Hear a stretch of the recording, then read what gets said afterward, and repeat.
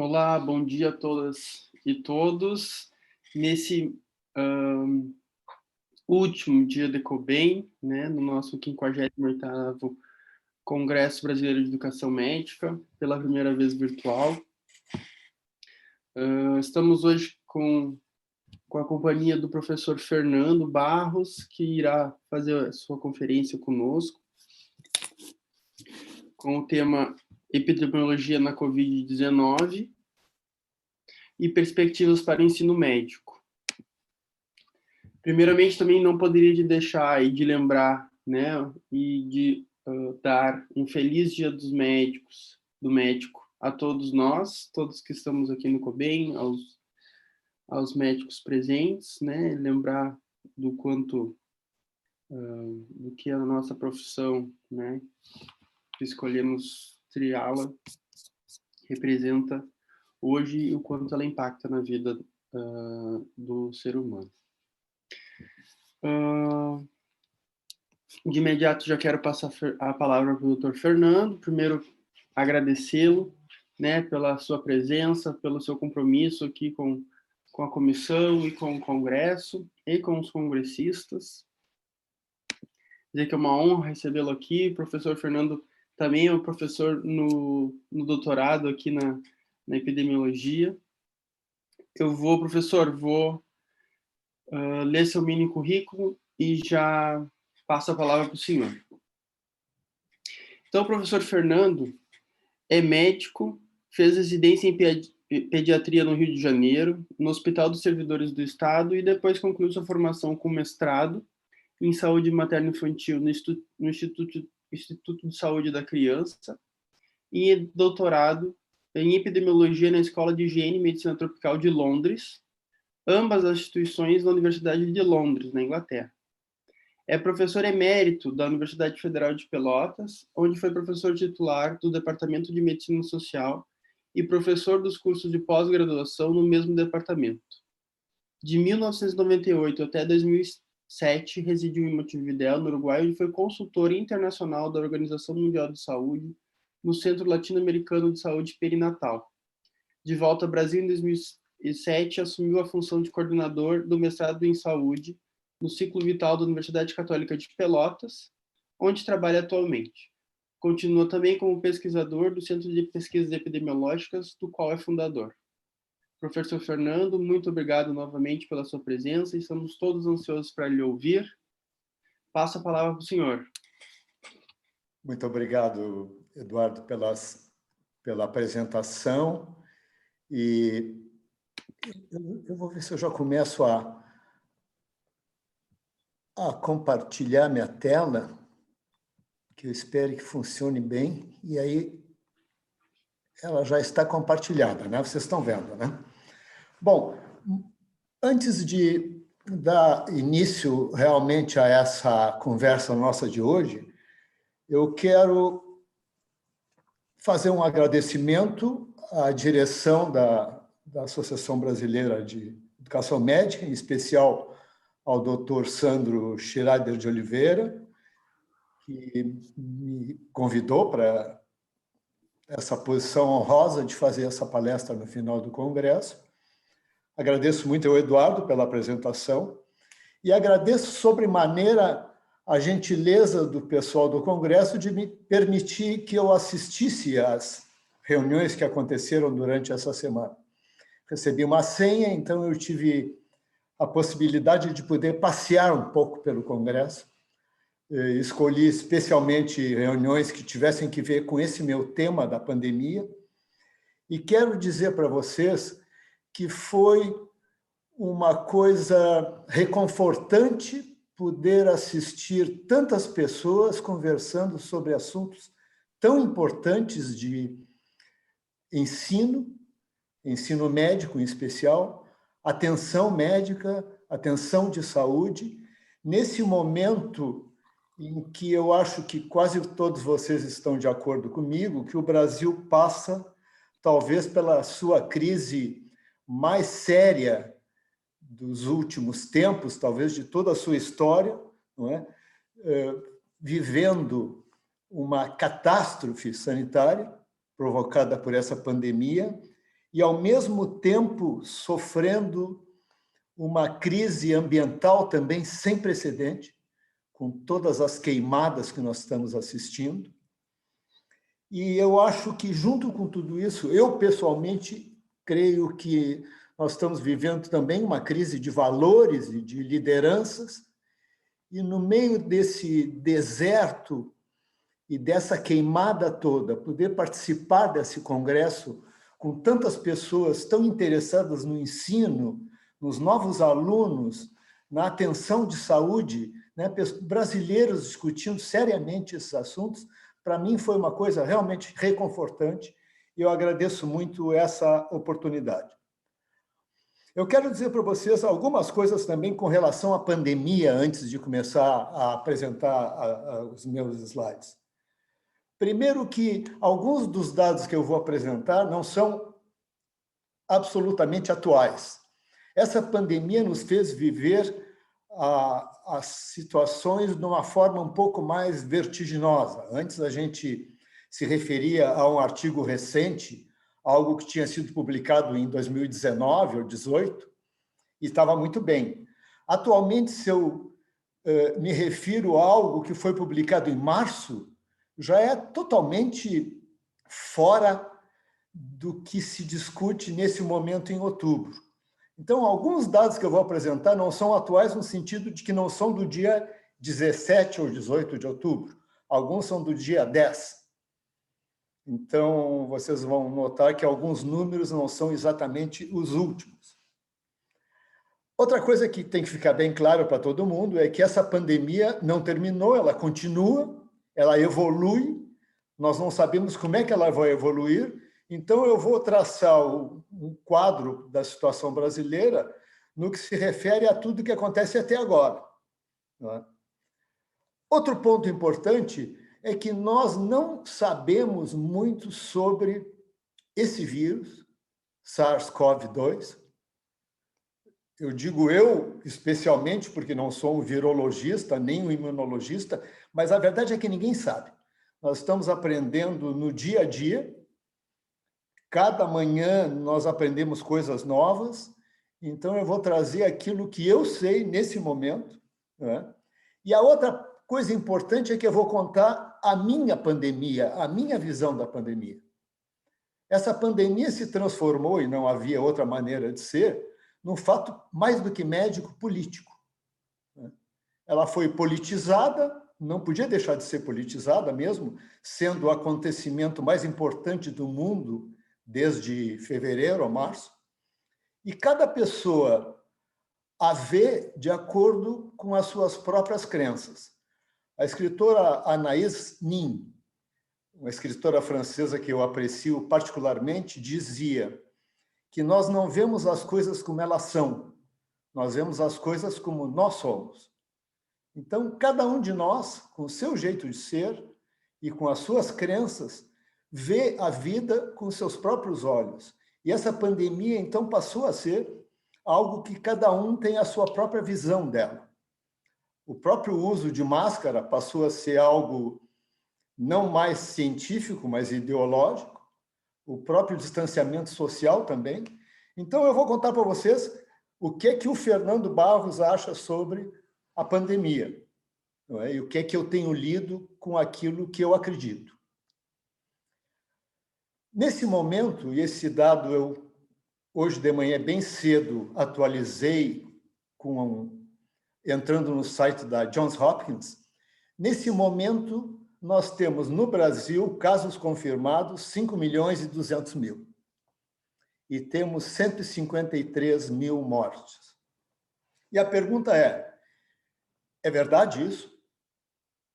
Bom, para casos, com certeza não é. Nós todos sabemos que esse dado de 5 milhões é uma ficção. Eu vou mostrar para vocês em seguida que não pode ser. 5 milhões, nós temos muito mais, no sentido de que esses são casos que foram testados e o Brasil é reconhecidamente um país que não apostou na testagem.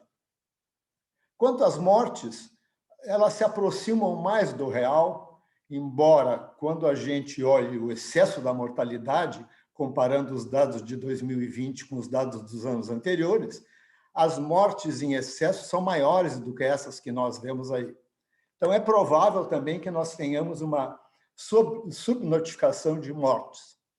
Mas como as mortes são muito mais reais do que os casos, eu vou me deter quase todo o tempo em mortes e vou explicar por quê. Só lembrando que no mundo, atualmente nós temos 40 milhões de casos confirmados e 1.100.000 mortes também confirmadas. Esses números também são absolutamente subnotificados, principalmente no que se refere a casos. A Organização Mundial de Saúde imagina, crê, com base no que se sabe, que possivelmente 10% da população mundial já contraiu o vírus da Covid-19, o que elevaria esse número para 700 milhões. Então, nós estamos sempre falando, quando falamos de casos, em subestimativas. Eu quero fazer uma recapitulação muito rápida sobre como a gente testa o vírus, né? Então, esse gráfico mostra o momento da infecção, aqui na semana -2, e aqui no traço verde aparece a presença do vírus na nasofaringe. E vocês veem que a partir do início dos sintomas, ou se a pessoa não tem sintoma, a partir da segunda semana do contato com o vírus, esse vírus é detectável através de uma reação de cadeia da polimerase, o PCR, e ele permanece detectável durante umas 2 semanas. Nesse período aqui, ainda não se detecta anticorpos que começam a ser formados logo após a infecção, mas que aumentam lá pelo 10º dia. E aí eles permanecem em nível alto, né? IgM primeiro, depois cai IgM, fica IgG. E aqui os testes de anticorpo, ELISA e os testes rápidos, são capazes de detectar esses anticorpos durante algum tempo. Nós já aprendemos que esses anticorpos caem e depois de algum tempo também eles não são mais detectáveis. Então, essa também é uma outra razão para não falar tanto de casos confirmados e mais de mortes. Rapidamente, o teste de PCR é para a fase aguda da doença, é aquilo que a Organização Mundial de Saúde, desde o início, o Tedros Adhanom dizia test, test, test. Esse é o teste para testar. Esse é o teste para ser usado. Esse é o teste que os países que assumiram que ele era importante conseguiram controlar melhor a infecção. Enquanto que os testes rápidos são bons para estudos epidemiológicos, ocorrem, como eu já disse, positivam lá depois da segunda semana, e no início se pensava que eles seriam capazes de nos dar o que chamavam de passaporte imunitário, né? Hoje em dia a gente já não pensa mais nisso, porque nós não sabemos até que ponto as pessoas que tiveram a infecção realmente ficam imunes, durante quanto tempo, não é? Apesar de que a maior parte dos estudos mostra que as pessoas, depois da infecção, raramente são reinfectadas. Nós temos lá milhões de casos no mundo e temos meia dúzia de reinfecções, que são mais a exceção que confirma a regra. Eu dizia para vocês antes que o Brasil não apostou no PCR. Isso aqui, e nós temos poucos dados sobre como é que o país tem se comportado. Isso aqui são dados ainda de maio e junho, né, de uma base de dados internacional que mostra que, com relação a outros países, não é, da Europa e da Ásia, o Brasil, lá em final de maio, testava muito pouco. Aqui ele testava para cada 1.000 pessoas, 2 com PCR, enquanto na Islândia, por exemplo, quase 20% da população estava sendo testada. Depois de maio, junho, nós não melhoramos, nós continuamos testando muito pouco, o que tem sido um problema, porque é muito difícil controlar a disseminação da infecção sem teste. Nós poderíamos pensar que, como o Brasil é muito grande, seria impossível poder utilizar os testes de PCR para poder controlar a infecção, isolar contatos, etc. Isso não é verdade. A China é muito maior que o Brasil, e eu trago o exemplo de Wuhan, a cidade onde a pandemia começou, onde, um pouco tempo atrás, em um mês, eles testaram toda a população de 11 milhões de pessoas. E eu li na BBC, isso aqui é 12 de outubro, quer dizer, uma semana atrás, menos, que na cidade de Qingdao, onde começaram agora alguns brotes da doença, eles vão testar 9 milhões de pessoas em 5 dias. Ou seja, é possível testar em massa, né? Mesmo com uma tecnologia muito sofisticada, como é a reação em cadeia de polimerase, se existe vontade política para isso. E nós não estamos fazendo isso, é uma pena. Esses aqui são dados da cidade de Nova York, lá em maio e junho, só para mostrar para vocês que nessa época, lá no pico da doença em Nova York, eles estavam testando 35 mil pessoas com PCR por dia. Então, exemplo só como é possível que a gente possa fazer testagem maciça e isolar contatos para tentar debelar a infecção. Fazendo também uma outra comparação com o meu estado, o Rio Grande do Sul, com o país vizinho, o Uruguai, vocês vejam que o Uruguai, que tem 3,4 milhões de habitantes, já fez, isso aqui é dado de até 12 de outubro, tinha feito até 12 de outubro 240 mil testes PCR. Enquanto que nós, no Rio Grande do Sul, que temos uma população de 11 milhões, quase 4 vezes mais, tínhamos feito 109 mil testes. Isso aí dá, em testes por milhão, 7 vezes mais no Uruguai do que no Rio Grande do Sul. Bom, nós não podemos pensar que o Uruguai tem melhores condições socioeconômicas do que o Rio Grande do Sul, porque não tem. O que eles tiveram foi vontade política e estabeleceram um convênio do Ministério com a universidade e passaram a fazer testagem maciça. Talvez por causa disso, o Uruguai tem, no momento, 51 mortes, o que é 3 vezes mais do que nós temos na minha cidade, Pelotas, sendo que a população de Pelotas é 10 vezes menor do que a população do Uruguai. Então, o Uruguai está saindo muito bem nessa pandemia, enquanto nós estamos remando com muita dificuldade, porque não estamos seguindo a cartilha do que tem que ser feito, e algumas dessas coisas nós já sabemos muito bem que temos que fazer. Eu falei antes que a estimativa de casos no Brasil deve estar subestimada, e os casos confirmados do Brasil, eu disse que são 5 milhões e alguma coisa hoje.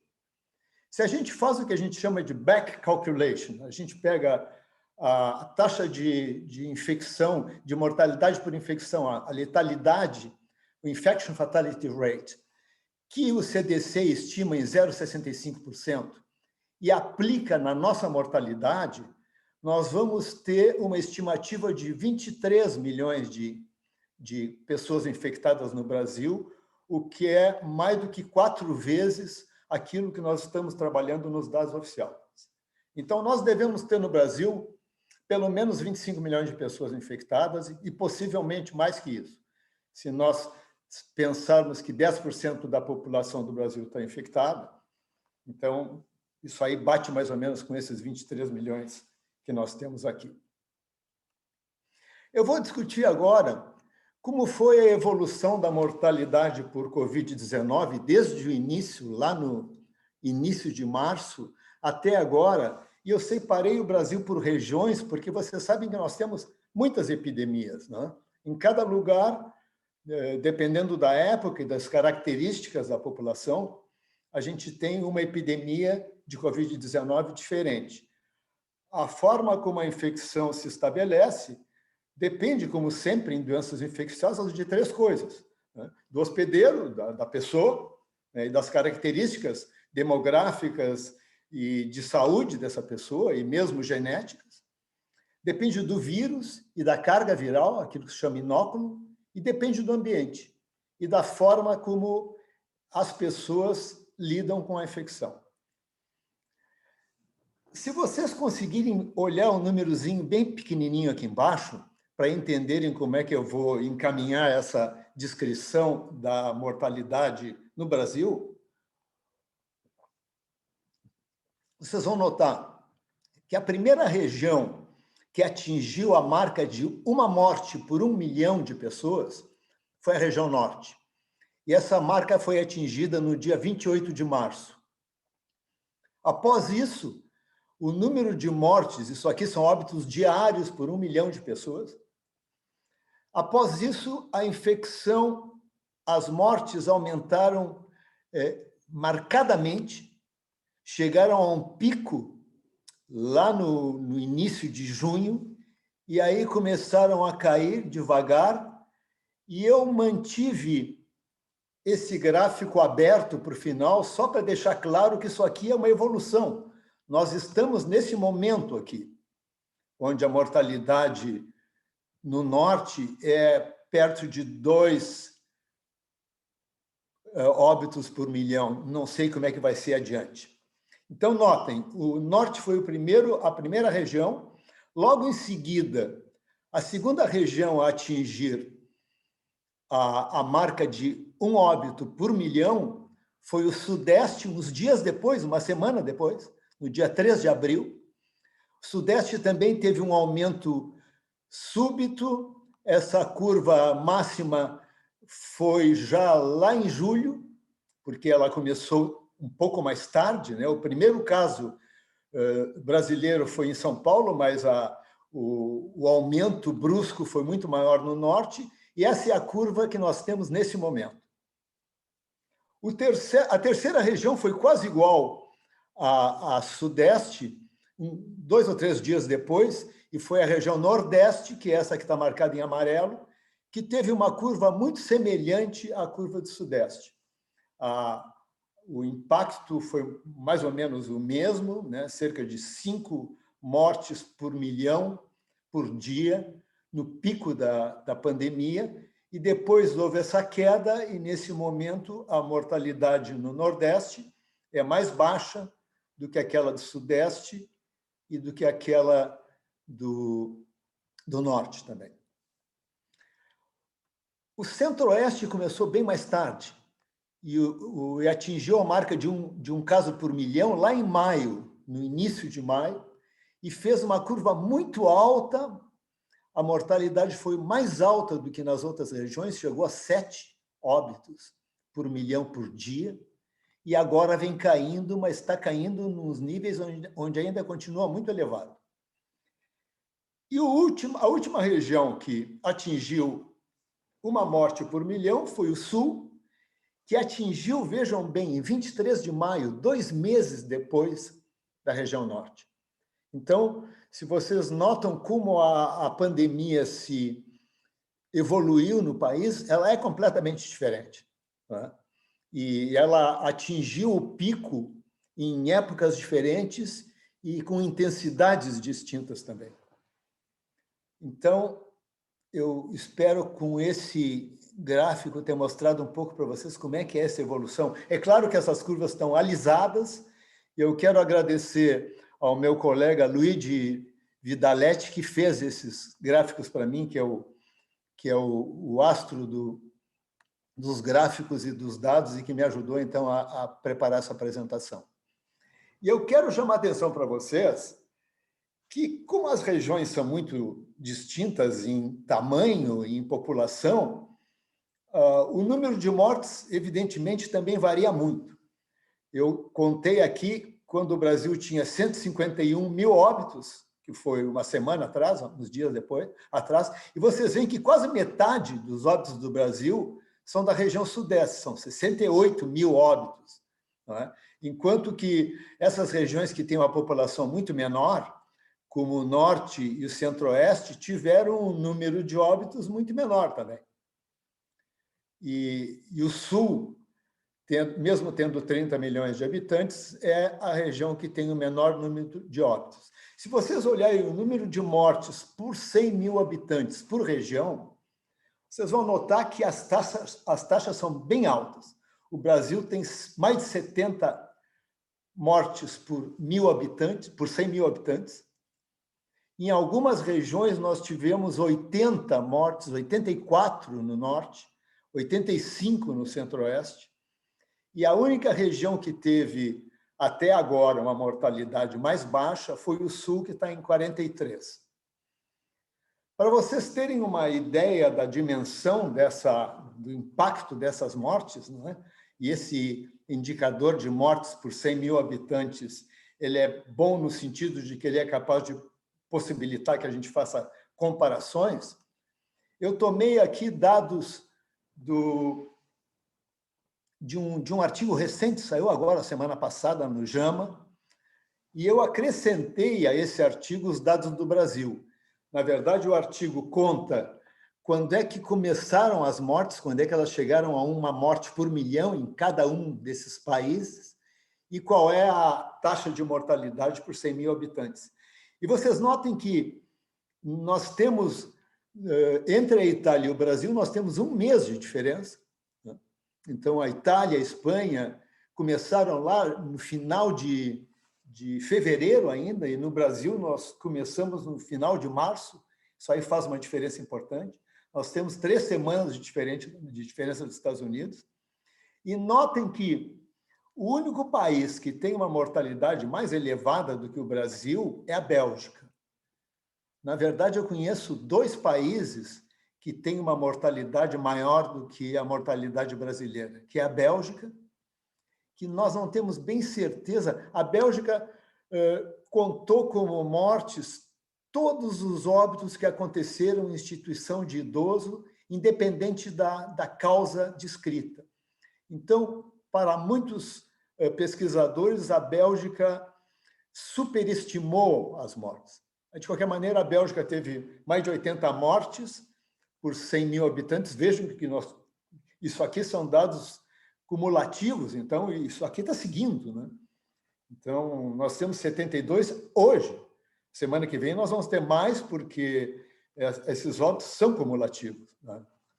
E então é importante, porque quando os políticos dizem que o Brasil manobrou muito bem a infecção, e a gente olha esses dados, a gente fica pensando, não é verdade.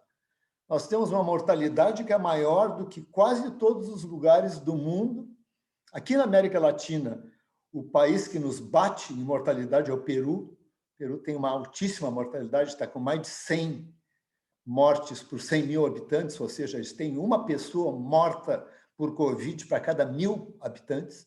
Então, o Peru realmente está numa situação desastrosa durante essa epidemia, mas logo após, nesse ranking macabro, vem o Brasil. Então, de forma nenhuma, nós estamos manejando bem a pandemia aqui no nosso país. Esse dado veio da nossa pesquisa do EpiCovid, que eu não vou mostrar outros dados, só esses aqui, mas é interessante que, num determinado momento, quando nós fizemos a segunda etapa do estudo nacional, as 6 cidades que tinham as maiores prevalências de infecção estavam na volta do Rio Amazonas, não é? Sendo que algumas delas tiveram altíssimas prevalências. Breves, que é uma cidade pequena, né, chegou a ter 25% de anticorpos, o que provavelmente, do ponto de vista de população, devia ser mais ainda, porque esses testes rápidos subestimam um pouco a prevalência real. E o que nós podemos imaginar é que um pouco desse aumento vertiginoso de casos na volta do Rio Amazonas se deve à forma como o transporte é feito, onde para ir de uma cidade a outra se demora, às vezes, 36 horas num barco, onde as pessoas ficam todas juntas, dormindo em redes, né, numa proximidade muito grande. Isso aí talvez tenha ensejado que a infecção tenha se disseminado de forma tão intensa. Eu vou agora me referir a 3 estudos brasileiros para dar uma ideia para vocês de como a prevalência de anticorpo em algumas regiões está muito elevada. Esse aqui é um estudo do Maranhão, um estudo de base de população, feito pelo pessoal da universidade, onde eles encontraram, isso aqui foi um teste de quimioluminescência, que é um teste bem bom para dosar anticorpo, e eles encontraram 40% da população já com anticorpos para SARS-CoV-2. Em Manaus, um estudo de doadores de sangue, muito recente também, encontrou uma prevalência corrigida de 66% de anticorpos. Claro que a gente pode ficar em dúvida se doadores de sangue representam a população, e certamente não, não é? Mas o que esse estudo mostra é que realmente uma parte muito grande da população já teve contato com o vírus, e esses autores entram na discussão da chamada imunidade de população, que eles gostam de chamar de imunidade de rebanho, que eu não gosto muito do termo, mas a verdade é que nenhum lugar do mundo até agora foi capaz de atingir um nível onde o vírus para de circular. Em São Paulo, na cidade de São Paulo, que tem feito inquéritos repetidos, o último deles, em população adulta, encontrou uma prevalência de anticorpos de 18%. Então, na verdade, nós temos no Brasil, em várias regiões, uma parte da população muito significativa que já teve contato com o vírus, que tem anticorpos e que possivelmente tem algum grau de imunidade. Se vocês olharem, isso aqui são dados da Johns Hopkins. Se vocês olharem, em amarelo são casos do Brasil, e em branco são mortes. Vocês podem notar como os casos caem, as mortes ainda estão mais ou menos estáveis, com uma queda muito pequena, que a gente tem notado agora nos últimos tempos, né? Então, a média de mortes já caiu quase pela metade, mas ainda não se reflete muito nessa curva geral. E essa aqui é a curva da Espanha, o que é muito interessante, né? Vocês sabem que a Europa está entrando numa segunda onda de infecção, o que fica claramente mostrado aqui em amarelo. Isso aqui são casos. Então, vocês veem que lá em março e abril eles tiveram esse pico de casos, que agora é muito maior, não é? Enquanto que aqui são óbitos, eles tiveram também um pico de óbitos, e agora eles têm um aumento, mas muito pequeno ainda com relação aos casos.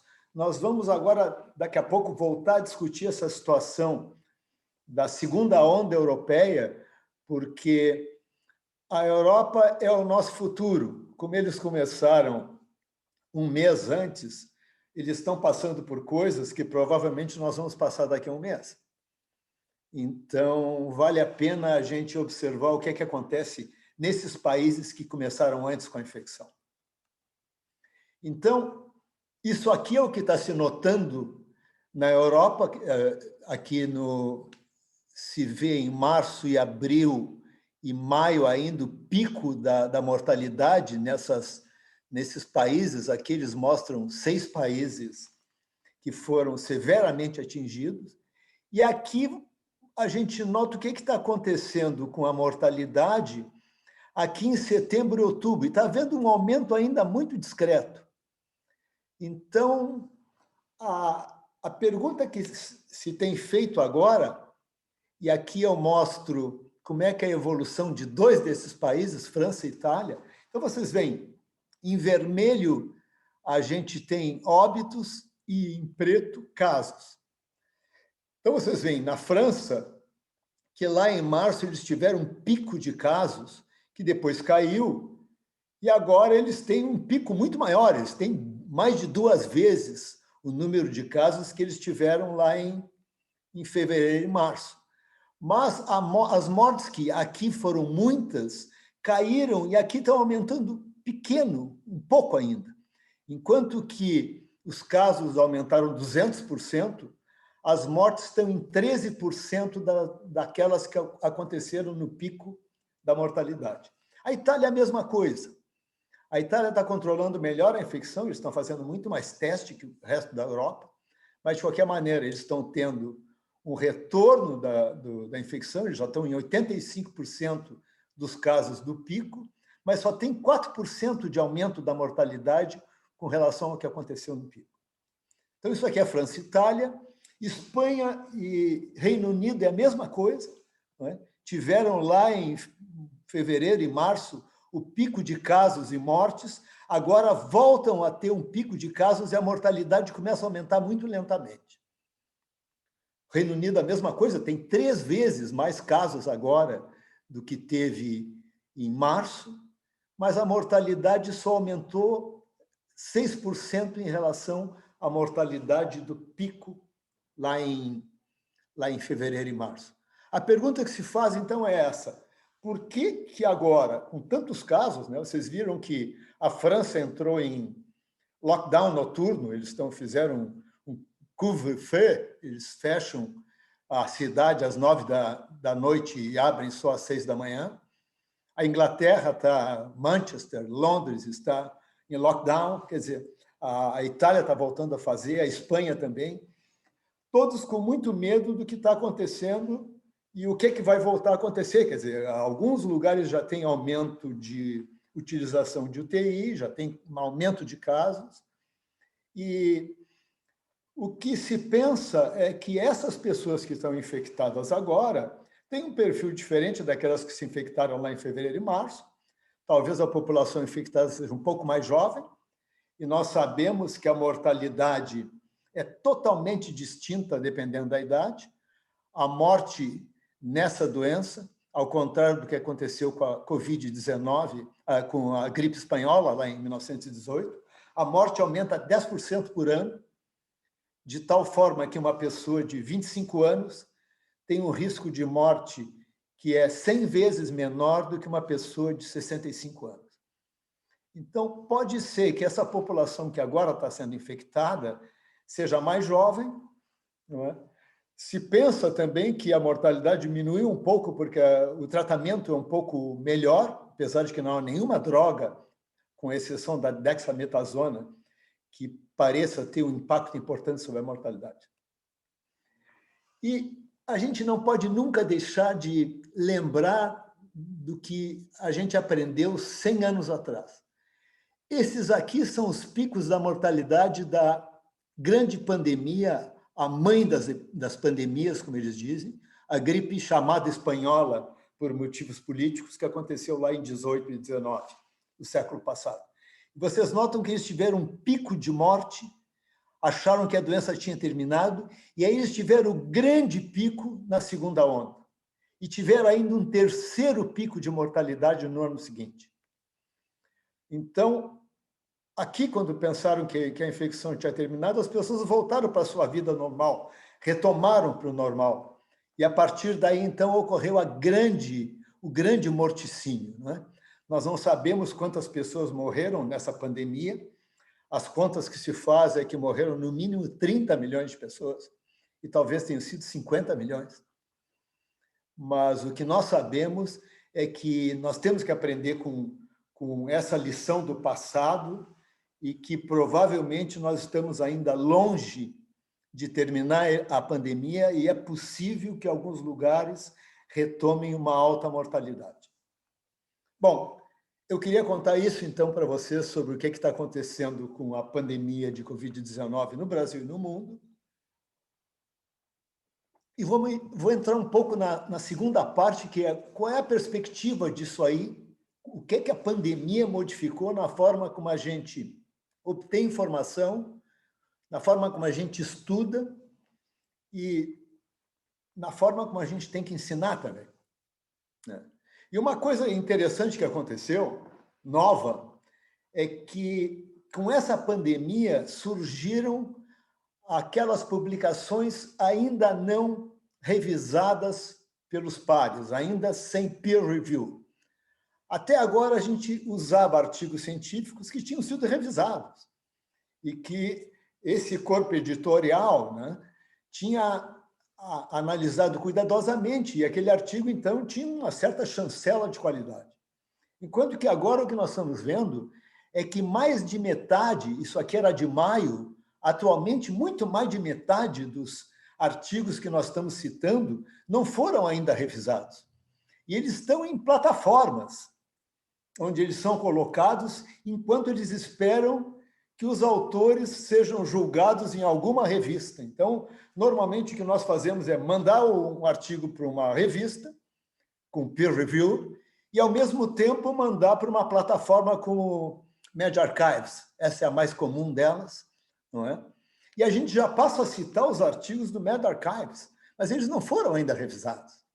Então, alguns desses artigos possivelmente vão ser rejeitados e tem erros importantes. Então, nós temos que ser mais cuidadosos nesse momento, que nós estamos trabalhando com mais margem de incerteza e de erro na informação que a gente está coletando e está ensinando também. Também mudaram as formas, os locais onde a gente recolhe a informação. Eu coloquei aqui alguns órgãos da imprensa que eu olho todos os dias e de onde eu recolho muita informação. Alguns internacionais, e vocês sabem que os dados de coronavírus em quase todas as publicações são livres, a gente não precisa assinar nenhum desses jornais.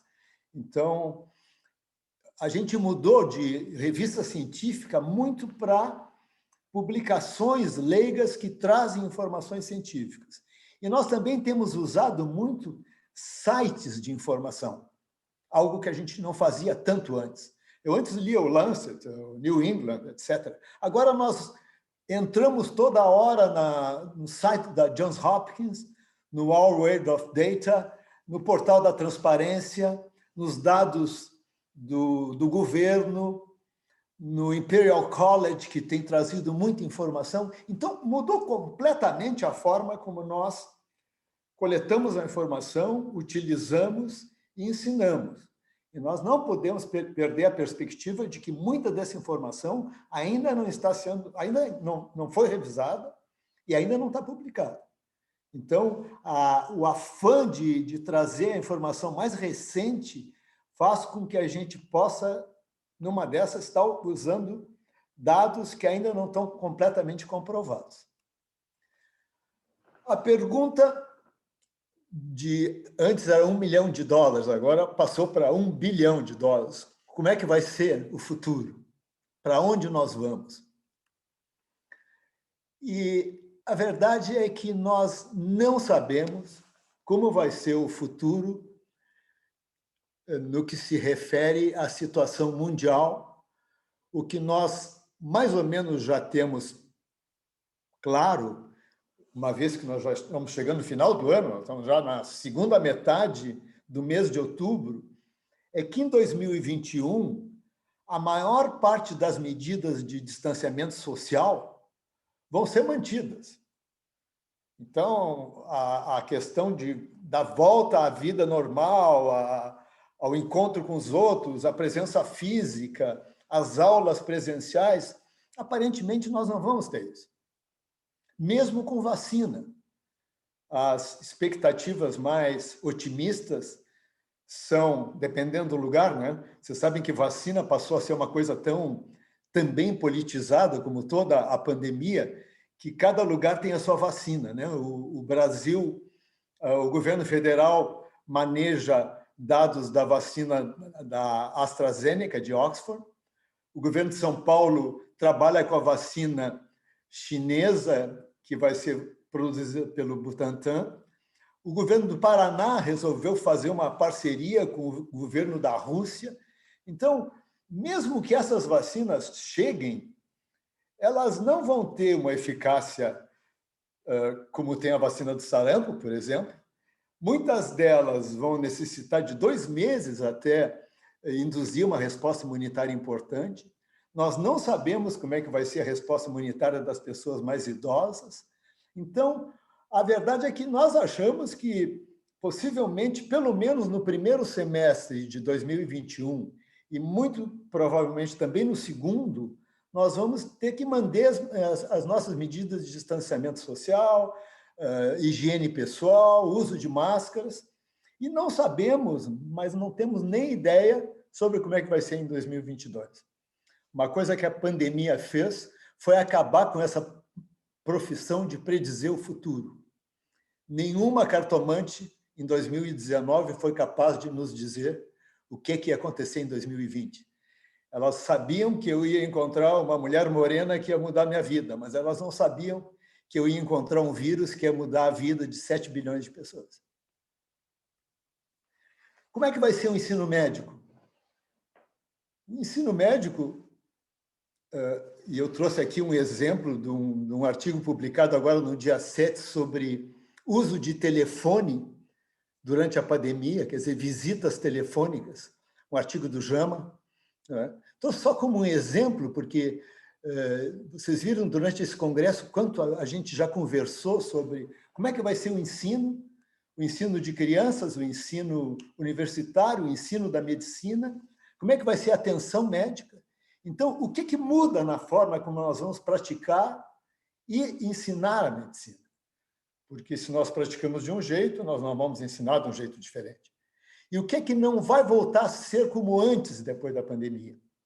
Essas são perguntas que nós nos fazemos, que eu não tenho as respostas e que eu deixo para a gente poder conversar, e eu tenho certeza que vocês conversaram bastante durante essa semana. Eu tenho em algumas das minhas aulas que eu dei esse ano, tenho usado muito essa pintura do Banksy. O Banksy muitos de vocês devem conhecer, um street artist, um artista de rua inglês, que eu gosto muito. Eu fiquei muito emocionado com o fato de que ele usou o dinheiro que ele ganhou com a venda de obras de arte. Ele é desconhecido, né? Ninguém sabe a sua identidade, mas ele usou uma parte do dinheiro que ele ganhou em leilões das obras de arte para comprar um barco, uma grande lancha, para poder resgatar esses refugiados que estão fugindo desses países em intensa guerra, como a Líbia, e estão entrando na Europa e que muitos deles morrem no mar Mediterrâneo. Eu fiquei muito...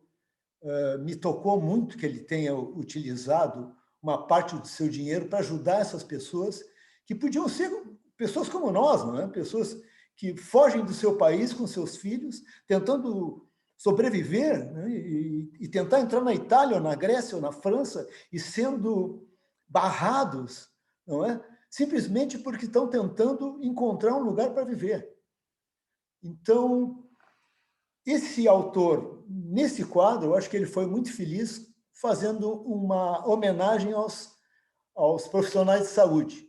Então, a criança que deixa de usar como super-heróis o Batman, o Homem-Aranha, e passa, então, até a figura da enfermeira como aquela pessoa a quem ele admira muito.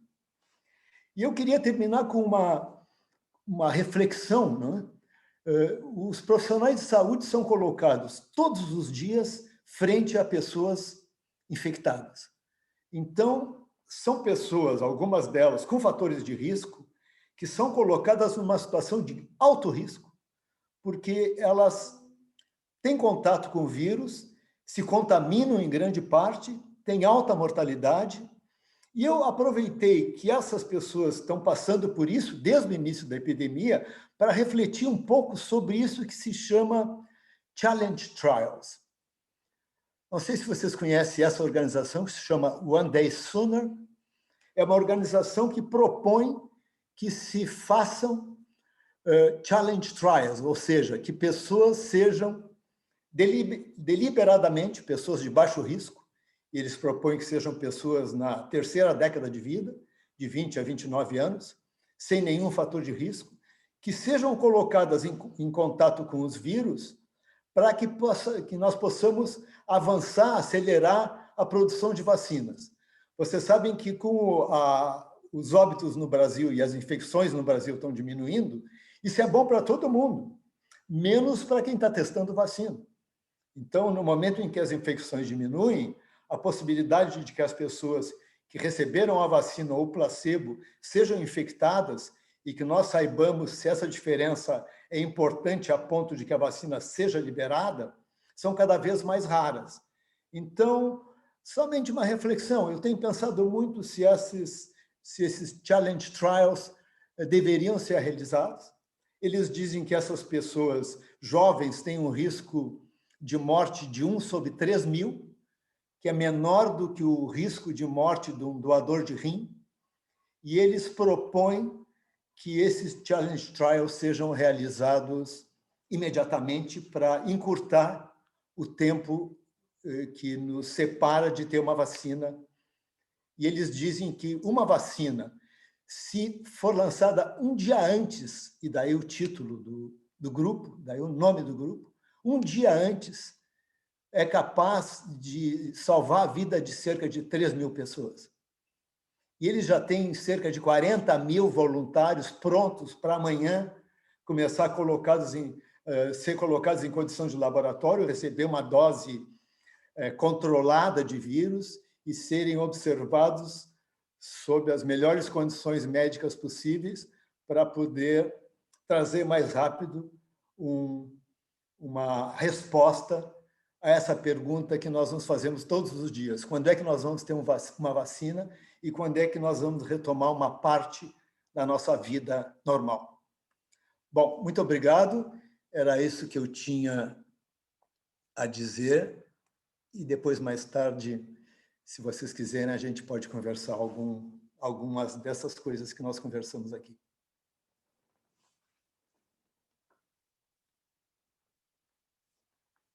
O teu microfone está fechado, Eduardo. Pronto, agora sim. Professor Fernando, muito obrigado pela sua partilha, por essa brilhante aula, né? Quero dizer que eu, como um recente estudante da epidemiologia, fico, sim, de olhos brilhando ao ver o profissionalismo, a qualidade, o empenho que o senhor trouxe nas suas palavras. Além de todas as reflexões que foram apontadas, eu fiz assim uma lista, que depois, se eu tiver a oportunidade, eu quero perguntar todos para o senhor, que são assuntos de alta relevância, né?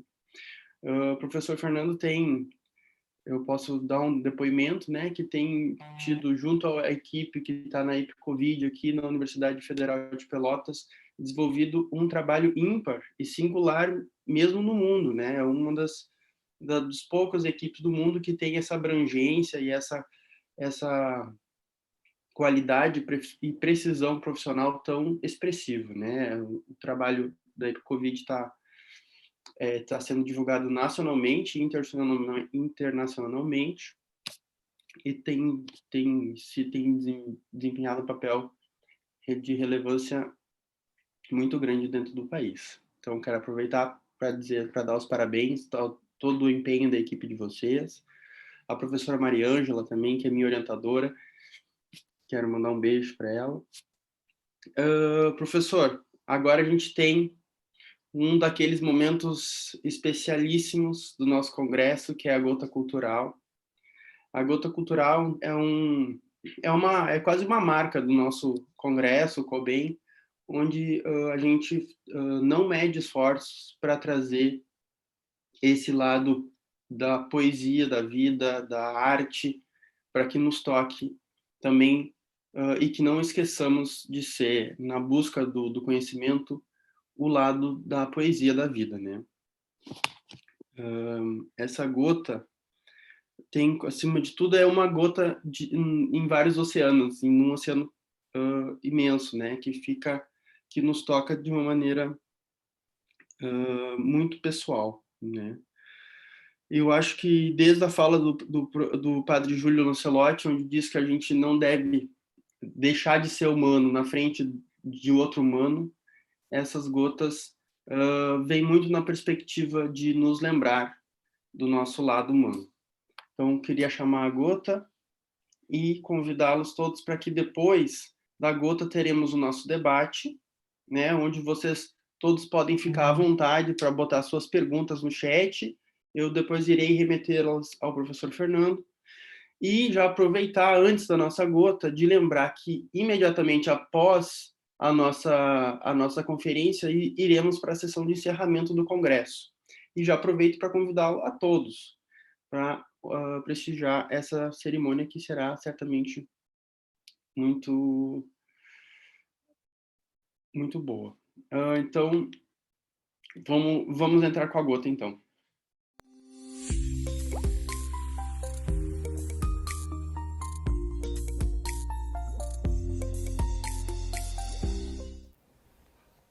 Oi, gente. Meu nome é Yuri Brandão de Oliveira. Eu sou estudante de medicina da Universidade de Taubaté. Estou no 8º período e também sou presidente e fundador do projeto Foco na Mente, que é um projeto de extensão universitária aqui da minha universidade, de atenção à saúde mental do universitário. Eu estou aqui hoje para ler uma poesia que eu escrevi para vocês, que se chama No Meio do Caminho Tinha Medicina. Espero que vocês gostem. Eu não sei dizer quando, pela primeira vez, encontrei com ela, a medicina. Sei que poucos anos tinha, talvez nenhum dente, mas muito amor. Estava quente, gritando ao mundo, sem nada dizer. Ela me beijou a testa. Bastou. Eu fui me deparando com ela incontáveis vezes. No silêncio de uma escuta, num olhar transbordando de empatia, num spray ardido, no sopro que vinha depois.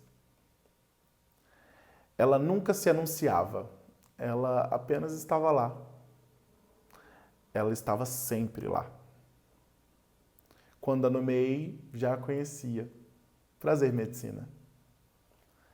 Quanto mais a conhecia, mais a percebia, até que um belo dia percebi em mim.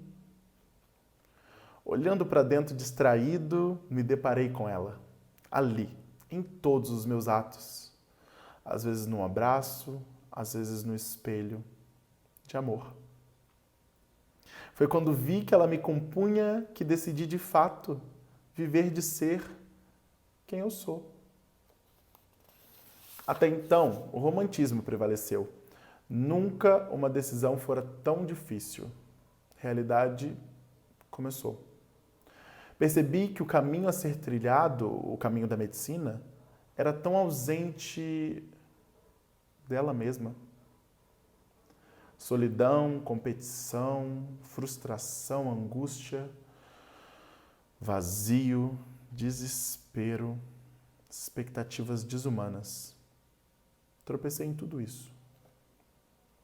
Meio caindo pelo caminho, eis a metade dele, e eu já vi tanta coisa. Eu vi todos os tipos de ego, inflados a ponto de não caber uma conversa sequer, murchos ao ponto de caber nenhuma relação, de não ser preenchido nem por todo o álcool e drogas no mundo. E eu já vi tentarem. Eu vi todos os tipos de injustiça, desde a vida, que cortou as cordas que davam apoio para alguns trilharem, até pedras que foram atiradas e pontos que foram tirados. Eu vi e ainda vejo a ausência da medicina na medicina. Esse paradoxo me desespera. Espera. Será que a melhor forma de viver a medicina é não trilhando o caminho dela mesma? Eu já me perguntei, me pergunto, te pergunto, será?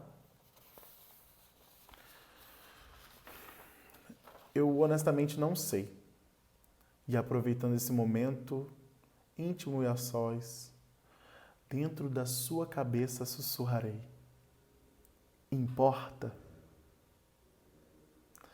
Me diz se você é capaz de arrancar uma parte tão grande de você mesmo, ou de ignorar a existência dela aqui dentro. Não tem jeito. Nem para você, nem para mim. Somos medicina, até quando não somos. Basta não esquecer, num caminho tão sem ela, dela. Basta trilhar.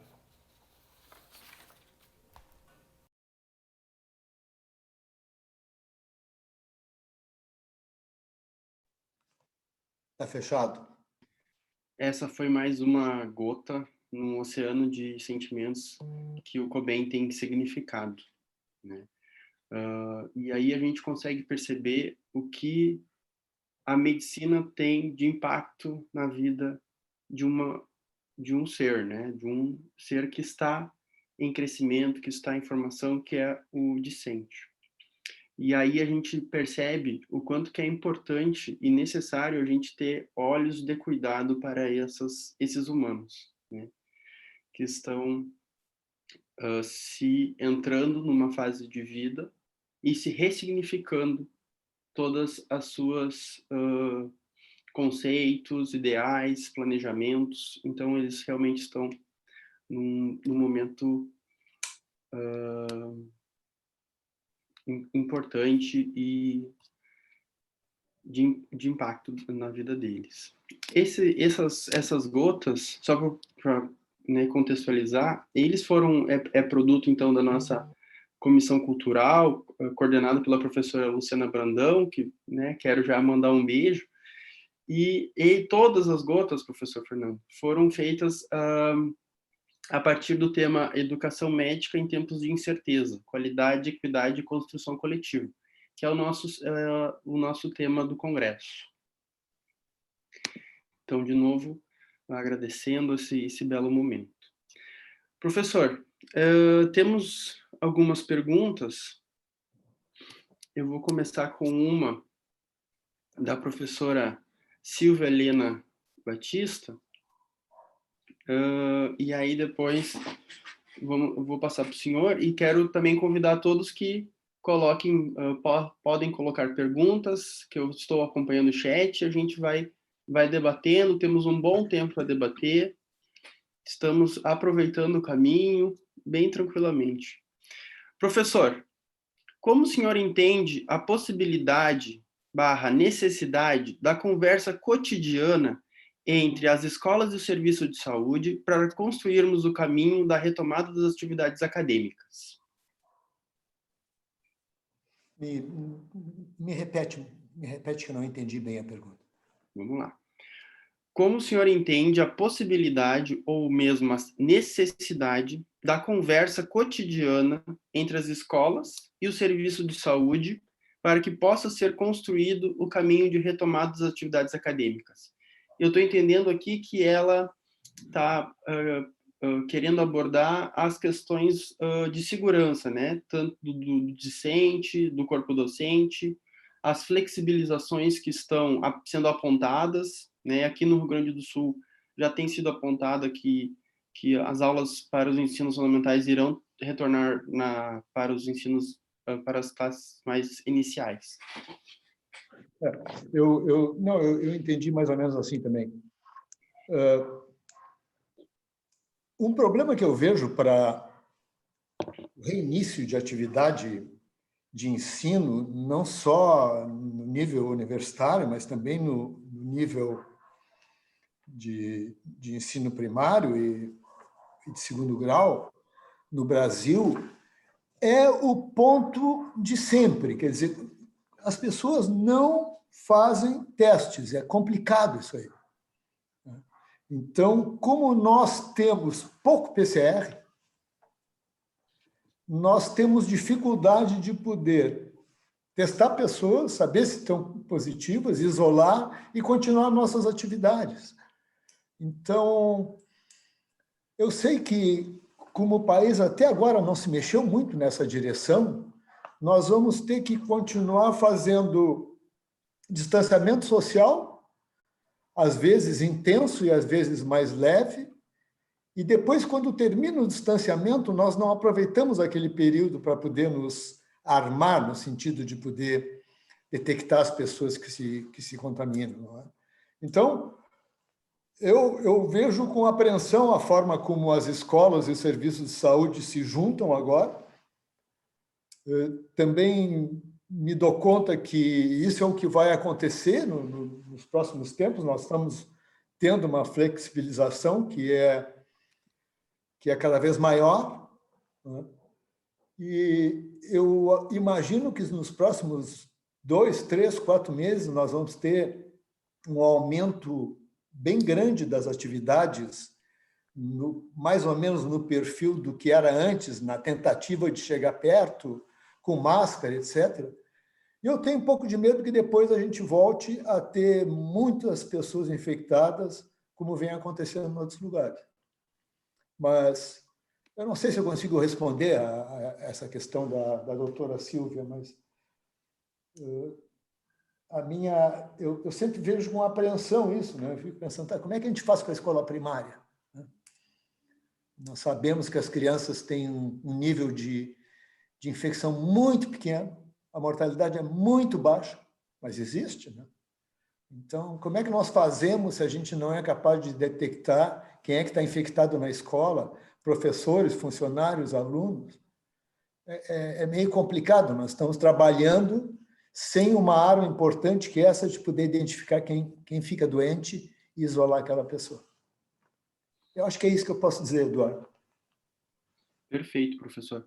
Eu vejo, na verdade, entendo também que a pergunta foi um pouco no sentido de tentar prever, né, já que estamos um mês atrás da Europa, onde já houve algumas flexibilizações, né, do distanciamento social, que impactos, né, se vocês, enquanto pesquisadores, né, que estão olhando, observando os dados, né, não só com os dados daqui, mas também comparativamente com os dados de fora, quais impactos potenciais, né, e quais consequências que a gente ainda pode ter na flexibilização, né, do distanciamento social, que a gente está acompanhando uma certa retorno à normalidade, né? E é um pouco tentar entender se o senhor já consegue dar essa perspectiva ou ter alguma questão envolvendo isso. Pensando um pouco que nós vamos agora começar o nosso verão e que isso aconteceu na Europa, se a gente vai olhar a situação que eles estão agora, eles estão com muito aumento de infecção, como a gente viu aqui em alguns desses slides que eu mostrei. Então, eu tenho medo de que isso aconteça aqui também. Não há nenhuma evidência, embora alguns autores tenham levantado essa possibilidade de que o vírus tenha se tornado menos agressivo. Não há nenhuma indicação disso. Então, quando a infecção cai, é porque houve uma parte da população imune e medidas de distanciamento social. Máscara tem diminuído, uma coisa que eu não comentei, mas o uso de máscara parece que diminui não só a possibilidade da pessoa se infectar, mas a carga viral, o inóculo, né?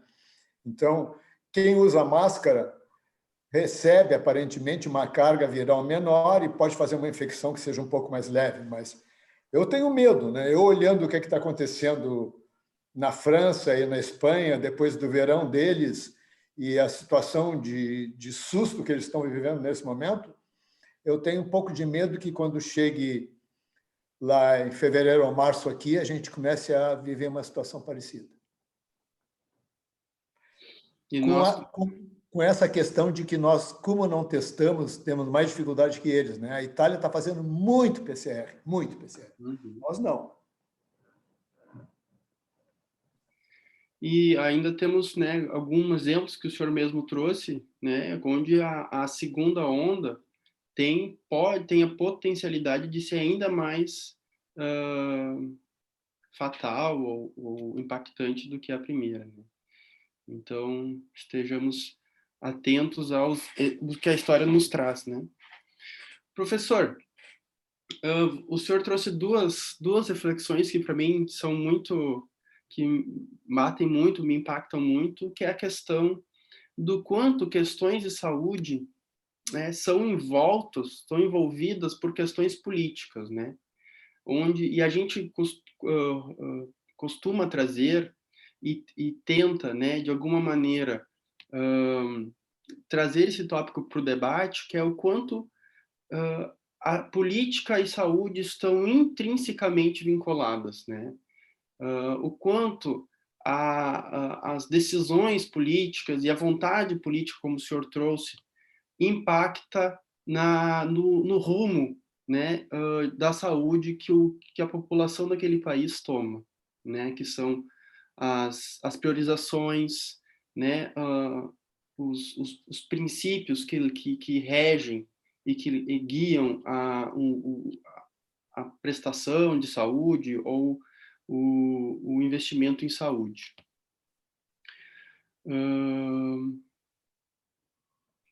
Outro ponto que também o senhor trouxe é a questão que a gente tem discutido, que é sobre a flexibilização em alguns steps, né, passos do preenchimento de critérios éticos, bioéticos, né, na busca por uma vacina. Como é que o senhor tem enxergado esses pontos, assim, da questão da flexibilização, dos passos, como que isso pode impactar, né, na imunização, ou que impacto tem isso na população? A primeira questão, Eduardo, essa da política, ela está aqui, né? Ela está conosco. Então, que a pandemia está sendo manejada de acordo com as ideias dos dirigentes, não resta muita dúvida, né? Se vocês notarem o que foi feito no Brasil e nos Estados Unidos, por exemplo, em comparação a países como que manejaram bem a infecção, como os países que têm sido exemplo no manejo da pandemia, são Coreia do Sul, Singapura, Nova Zelândia, né? São países que não são grandes. A Nova Zelândia tem a vantagem de ser uma ilha e de ser facilmente isolável, né? Mas tem havido uma vontade política, né? O Uruguai, né? O Uruguai para mim, eu adoro o Uruguai, morei muito tempo lá, e aqui do meu lado, sabe? E o Uruguai tem sido admirável no manejo dessa crise. E é um país que não... É um país pobre, é um país... ele é pequeno, tem 3,5 milhões de habitantes, mas eles levaram muito a sério, eles nunca fizeram lockdown, mas eles levaram muito a sério a questão da responsabilidade do cidadão, e o governo assumiu plenamente a necessidade de testagem, não é? E fizeram isso, têm feito isso de uma forma admirável, não é? E eles têm 50 mortes. Não é? E é um governo que estava chegando agora, era um governo de centro-direita, depois de muito tempo da frente ampla, da esquerda, ser o domínio político do país, mas mesmo assim houve uma reunião do grupo político em torno dessa ideia maior, que era a proteção da população, né? E o que nós estamos notando em alguns outros países é que há um choque, não é, com muito ódio junto entre as facções políticas, né? E algumas das medidas científicas passam a ter um caráter ideológico, né? Então, vocês têm visto, não só no Brasil, mas em outros lugares, como há grupos que se manifestam abertamente contra o uso de máscaras, apesar de que há uma boa evidência científica de que máscaras protegem contra a infecção e contra a gravidade da infecção, mas algumas dessas medidas estão sendo usadas ideologicamente por grupos, não é, políticos, e é assim a vida. Eu acho que isso aconteceu quando a gente lê a história da gripe espanhola, lá em 1918, também era assim. Um grupo tratava a infecção de um jeito, outro grupo não. Cidades faziam um distanciamento social, outras não. A mortalidade era completamente diferente. Tudo que aconteceu agora, se preconizava drogas que não tinham nenhum efeito farmacológico, né?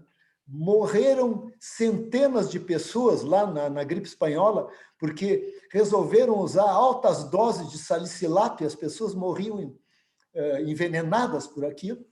Da mesma forma como agora está se preconizando vários tipos de tratamento que não tem nenhuma base científica, o que dá uma falsa ideia de proteção às pessoas, que eu acho que é um pouco perigoso, né?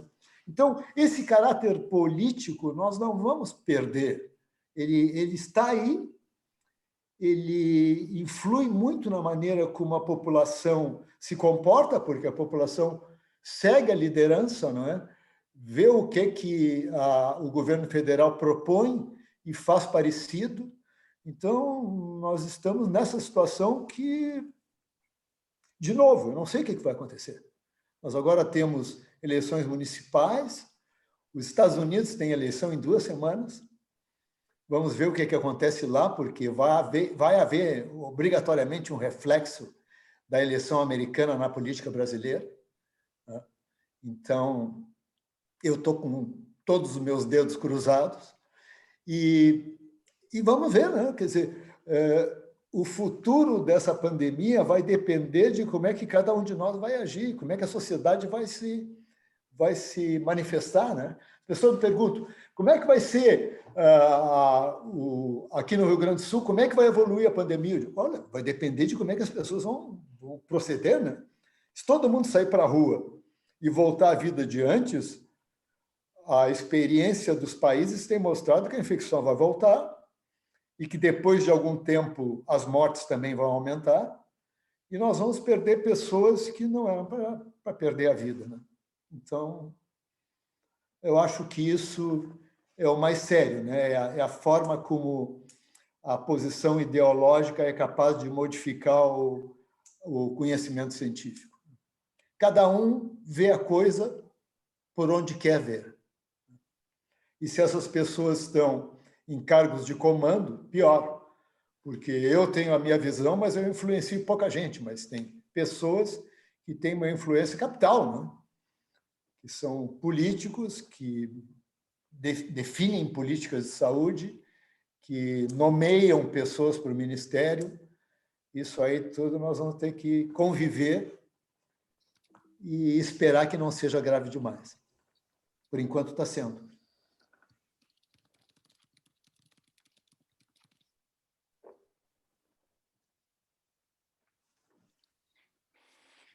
Muito bem, professor, muito obrigado. Temos uma outra pergunta do Pedro da Fonseca de Vasconcelos, que pergunta: professor, diante desse cenário de flexibilização, qual o papel da escola médica na busca de melhores indicadores e ferramentas potentes no combate à pandemia? E nesse, vou aproveitar a pergunta do Pedro, só para adicionar uma questão adicional. Qual que tem sido o papel da escola, né, da universidade, né, frente ao combate à pandemia, né? Mesmo nas questões de divulgação de dados, de estudos, de impacto na sociedade civil como um todo, na sociedade acadêmica especificamente, né? A exemplo da Universidade Federal de Pelotas, que tem tido um impacto imenso, né? Aí dando subsídios e conhecimento técnico para o mundo inteiro, pode-se dizer assim. Eu agora estava falando sobre qual é o papel da universidade, da escola, e eu lembrei, assim, me passou um pensamento onde eu lembrei do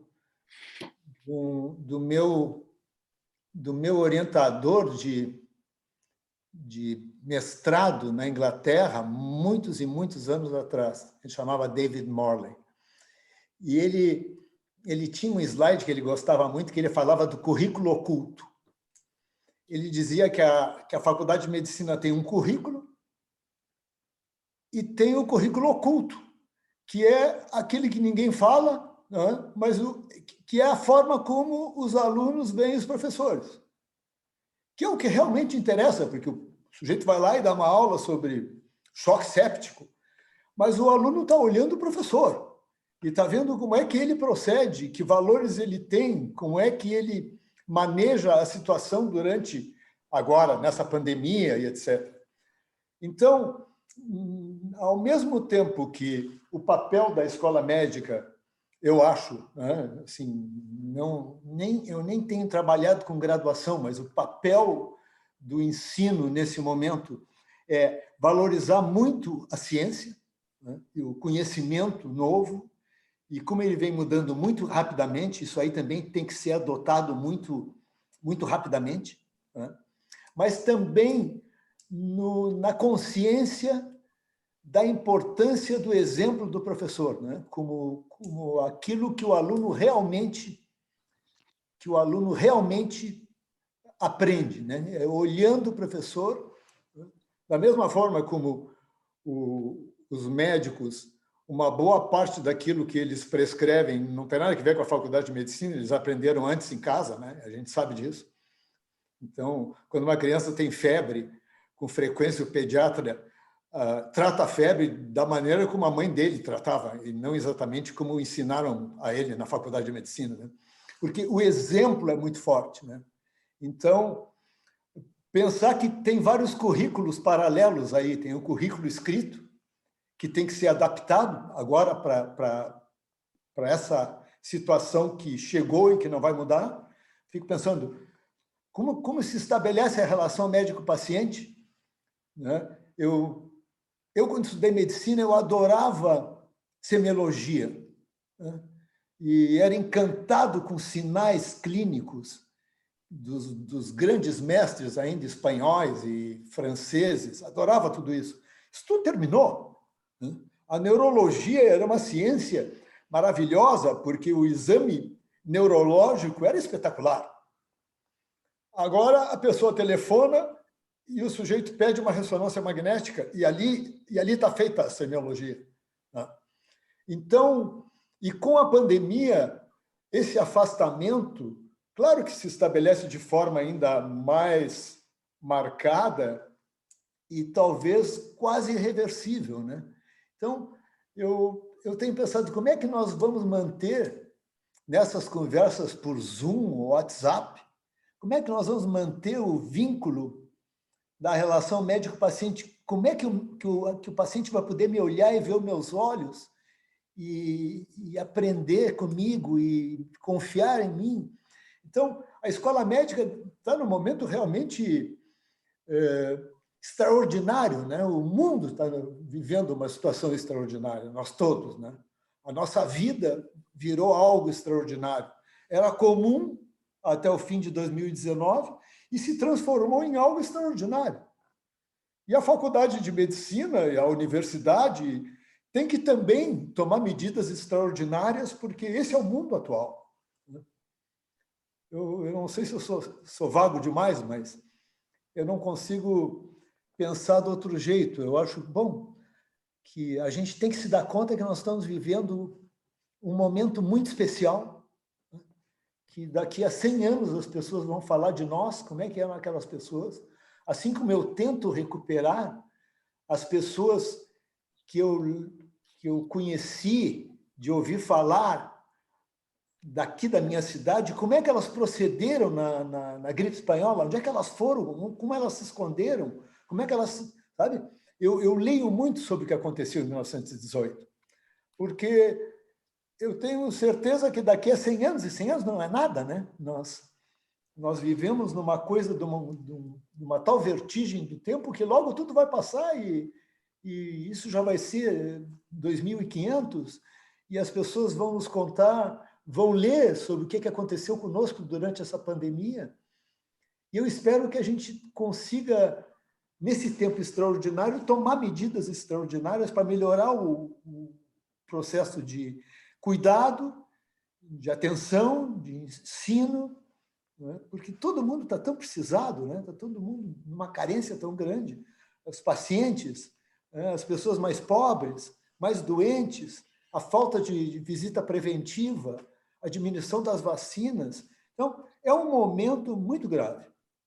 E nós, nas faculdades, temos que assumir isso aí e ter uma conduta que seja muito cuidadosa na forma como nós atendemos as pessoas e na forma como nós ensinamos e na forma como os alunos nos veem, que é o que eles realmente aprendem, né?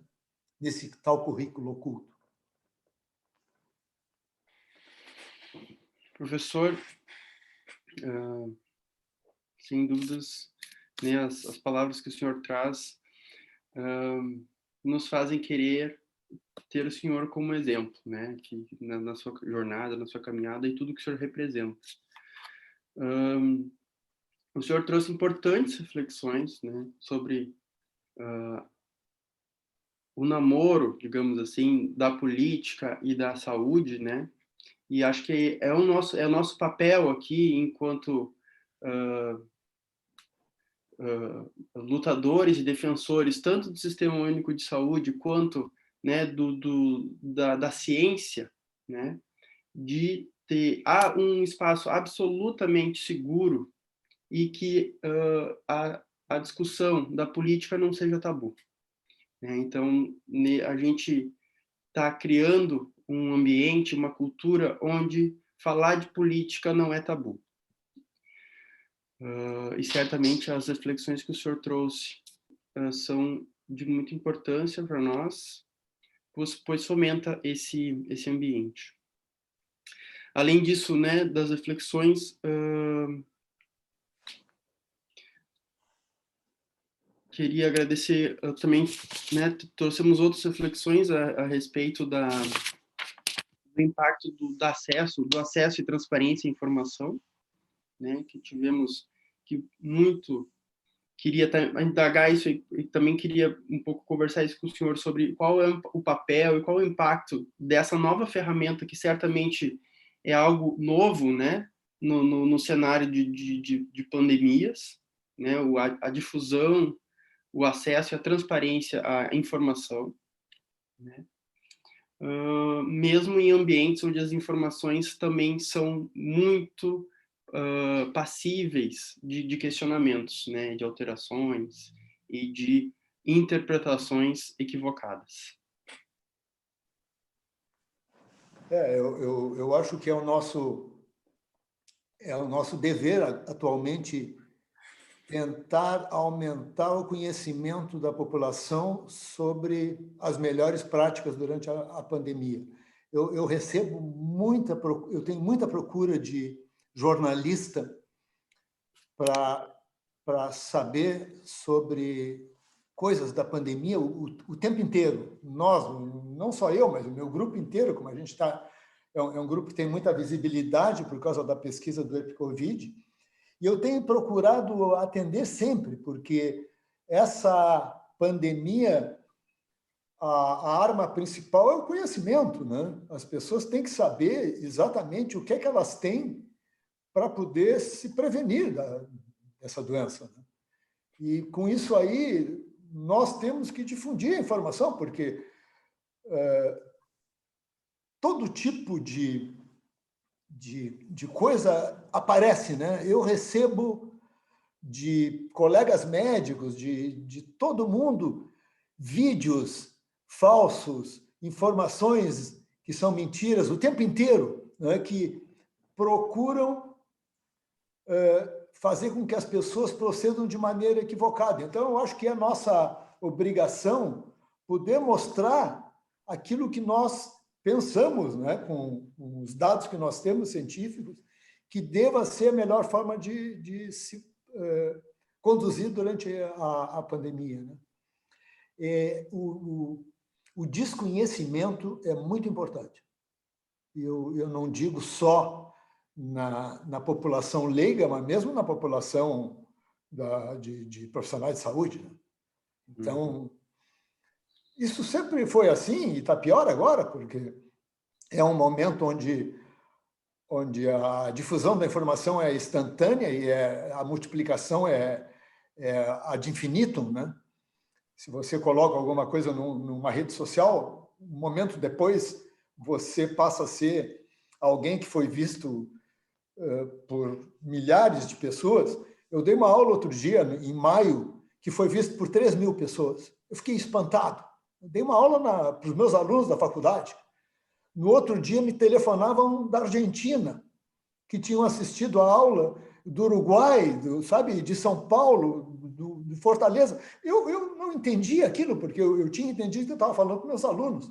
Mas como era uma plataforma do YouTube, isso aí vai se repetindo e vai se multiplicando num nível impressionante. Então, a responsabilidade que nós temos com relação àquilo que nós ensinamos e dizemos e acreditamos é muito forte, né? Muito grande, porque até um certo sentido, eu não sou um influenciador, mas por outro lado sim, né? Porque eu sou professor universitário, as pessoas me conhecem, o repórter da Folha de São Paulo me procura, de repente eu passo a ter uma influência junto a pessoas que eu não tenho nem ideia de quem são. Então, Isso, nesse momento, a gente tem que cumprir essa função, pensando que essa é uma pandemia que se combate com informação correta. E aí a Faculdade de Medicina, a universidade, evidentemente, tem um papel fundamental, né? Com todos esses alunos nossos, muito jovens, que estão ali aprendendo e já entrando numa área tão perigosa como essa de daqui a pouco ter que começar a ver pessoas circular na comunidade, etc. Então, é um momento extraordinário que tem que ser tratado com a devida seriedade. Muito bem, professor. Quero, né, agradecer mais uma vez. Dizer que o nosso chat está, assim, repleto de agradecimentos, de elogios, de interação, né? Acho que, apesar de todo a virtualidade, né, a gente, e aí é um depoimento meu, mas eu sinto também, consigo sentir que o clima de Cobain, ele conseguiu, de certa maneira, permear esses momentos, né? Inclusive, eu quero convidar o senhor para o próximo Cobain presencial, que o senhor vivencie essa energia, que o Cobain, nós temos mais de 50% do público é discente, e os outros 50% estão professores, preceptores, na pós-graduação também, e é um momento muito rico de troca, de afeto.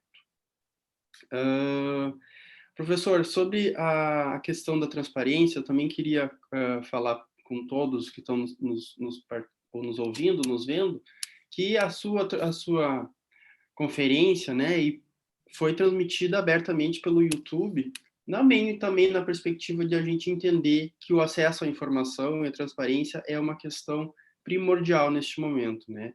A gente também fez questão de botar um intérprete de Libras para que todos conseguissem nos acompanhar, né? De antemão, já quero agradecer a toda a nossa equipe que vem por trás, né? Tem várias pessoas envolvidas, dando suporte, o Eude, que é intérprete, o Marcos. Então, já dizer de antemão que nada disso sem ele seria possível. Professor, quero agradecer imensamente a sua participação, dizer que o senhor foi fonte de reflexões muito importantes, que certamente todos que sairão daqui sairão com várias pulgas atrás da orelha para refletir, pensar e refletir, né? Que é o que a gente se propõe aqui, lançar temas que gerem nas pessoas momentos de reflexão. Quero passar novamente a palavra ao senhor, só para o senhor fazer as considerações finais. Fique bem à vontade, que a gente ainda tem tempo, né? Apesar da gente já ter feito o tempo do cronograma, o espaço é do senhor, né? Fique bem à vontade. Eu queria mais uma vez agradecer o convite e a possibilidade que eu tive de participar desse congresso. Eu fiquei realmente muito contente. O que eu disse no início foi realmente verdadeiro. Me senti reconfortado de assistir às reuniões e ver a diversidade dos temas. E vi uma coisa sobre alunos indígenas, fiquei emocionado com isso. E então eu gostei muito da reunião, gostei muito de ter participado, fico muito contente com esse convite e digo para vocês que eu sou médico há muitos anos, mas eu acho que esse é o dia do médico onde eu tive uma atividade mais adequada, digamos assim, à minha posição de profissional de saúde, né? de professor, né? Eu dou aula há tanto tempo, então fico muito feliz que vocês tenham me dado a possibilidade de exercer plenamente aquilo que eu sou, né? Que é ser médico, ser professor e poder falar para as pessoas e poder ouvir as opiniões. Então, para mim, foi uma beleza. Eu acho que lembrar para sempre esse dia do médico, porque eu tenho lembranças muito muito esparsa sobre o que eu fiz nos dias dos médicos, outras vezes. Me lembro uma vez, quando eu morava no Rio de Janeiro, ainda fazendo residência, isso foi no milênio passado, que eu fui assistir um show de uma tal cantora, e isso me marcou, porque lembro daquilo quando eu lembro do dia do médico. Mas agora eu vou ter uma coisa mais justa para lembrar, que foi ter participado desse congresso de vocês. Muito obrigado. E vou gostar muito de participar presencialmente também, quando for possível. É bom a gente ver as pessoas e é meio complicado a gente não saber para quantas pessoas a gente está falando, mas, de qualquer maneira, eu fiquei muito contente e esse é o meu último agradecimento. Muito obrigado por tudo e parabéns pelo congresso que vocês fizeram, que foi muito bonito. Obrigado. Professor, a gente agradece em nome da comissão organizadora, né, que em nome da diretoria da ABEM, queria muito e novamente agradecer a participação do senhor, seus pontos, e de novo o senhor faz observações muito pertinentes, né? Não é ao acaso que as populações indígenas estão tão marcadamente nesse congresso. A gente sabe que a população indígena foi uma das mais impactadas pelo Covid, né? E também sabe que houve a tentativa de cercear a divulgação desses dados. Então, de novo, quero parabenizar o senhor pelo esse brilhante trabalho que o senhor e sua equipe têm feito e o impacto que ela tem gerado aí no combate do Covid no Brasil e no mundo, né? Quero aproveitar para convidar todos de novo para a nossa cerimônia de encerramento, né, que vai dar um fechamento merecido a esse maravilhoso congresso que a gente teve. E me despedir, então, do professor. Professor, espero que nos encontramos nos corredores da universidade, assim que possível. Desejar muita saúde para o senhor e um abraço afetuoso, mesmo que virtual. Muito obrigado e até o próximo encontro. Obrigado. Tchau para vocês.